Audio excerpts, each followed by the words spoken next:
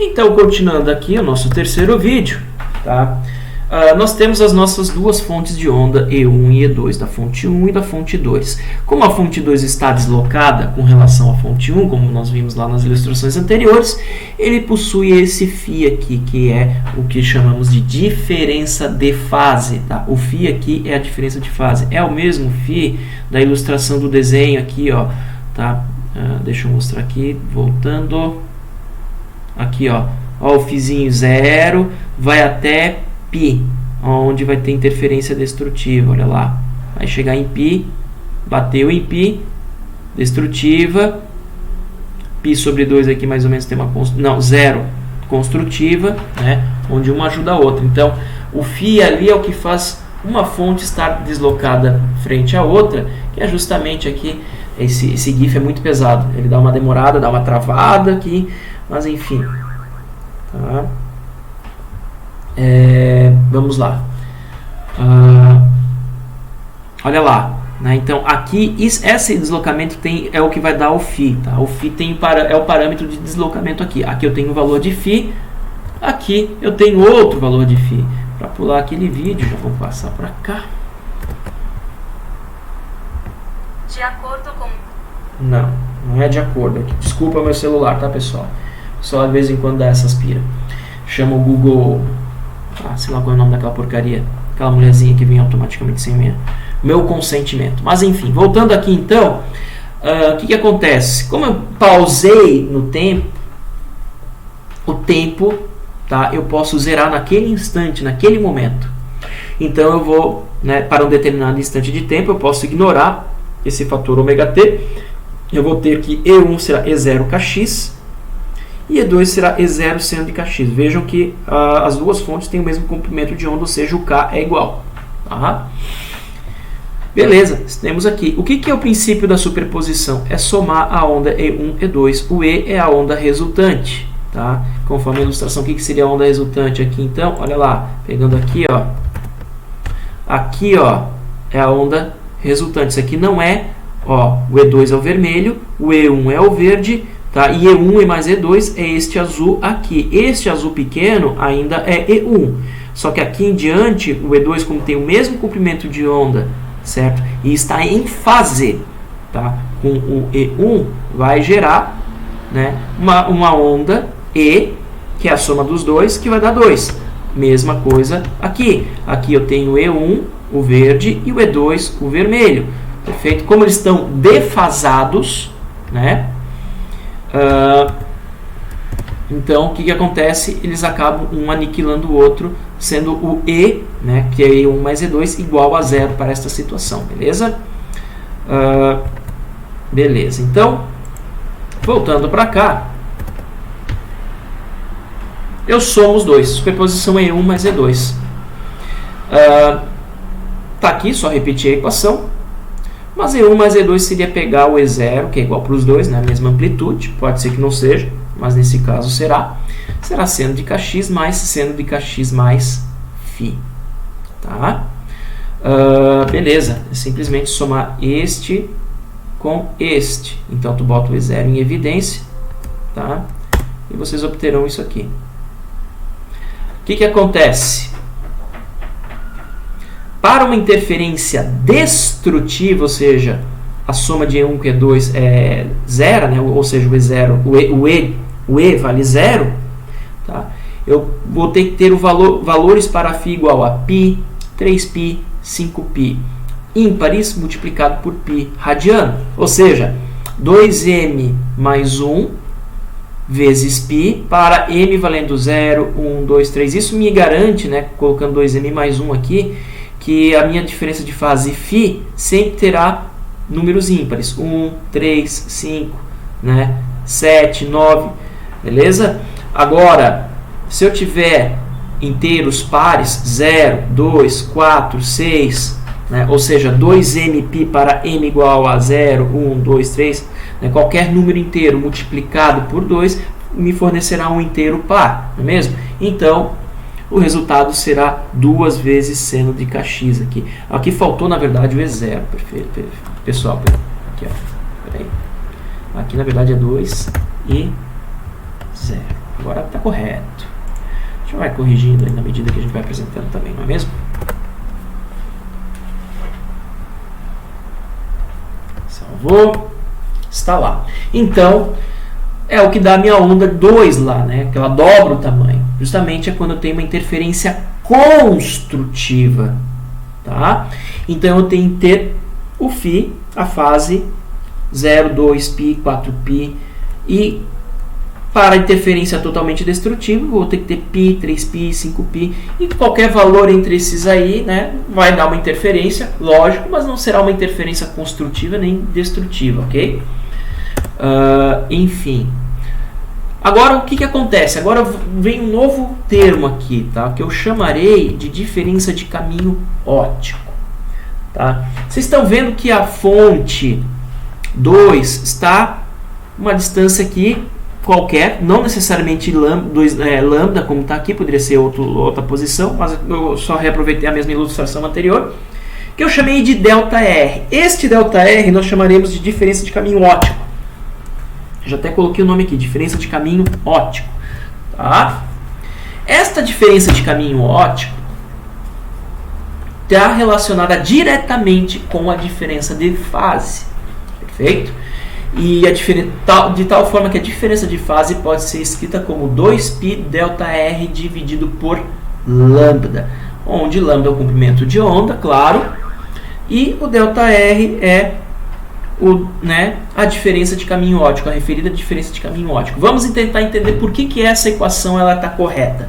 Num caso de uma interferência construtiva, eu vou ter que colocar sempre a minha fonte 2 deslocada da fonte 1, distâncias ΔR de lambda, 2 lambda, 3 lambda, 4 lambda, 5 lambda, qualquer valor m lambda. Por isso, substituir o meu ΔR, minha diferença de caminho óptico, como vocês podem observar aqui, por m vezes lambda, onde o m vale 1, 2, 3, o m é um número inteiro. Ok? O que acontece? Lambda corta com lambda, o meu φ será 2mπ. Nós já vimos justamente essa relação anteriormente com relação à diferença de fase. Aqui, ó, se for uma diferença de fase 2mπ, nós teremos uma diferença de fase construtiva, que é o que eu tenho aqui. Perfeito? Se for π, 3π, 5π, vai ser uma interferência de fase destrutiva. Certo? Então, olha só, para a interferência de fase destrutiva, né, como a gente viu aqui, construtiva, ok? Para a interferência de fase destrutiva, então, eu tenho que estar a meio comprimento de onda, 1,5 comprimento de onda, 2,5 comprimento de onda, 3,5 comprimento de onda, afastado a fonte 2 da fonte 1. Ou seja, o ΔR tem que ser n mais um meio comprimento de onda, ou seja, n lambda mais lambda sobre 2. Para haver justamente a diferença de fase, como vocês estão vendo aqui nessa ilustração. Aqui o n vale 0, né? Então aqui isso aqui 0, então só tem lambda sobre 2, mas eu poderia estar, por exemplo, com esta fonte aqui, então ia, né, ainda assim me fornecer uma interferência destrutiva, tá?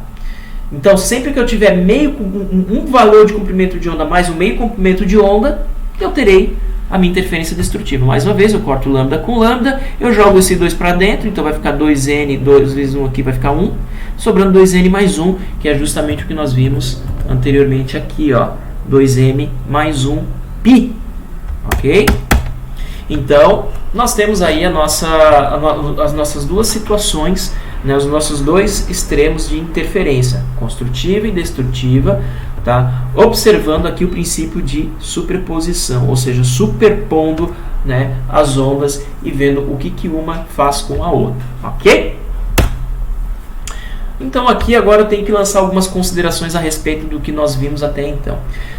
Vamos lá.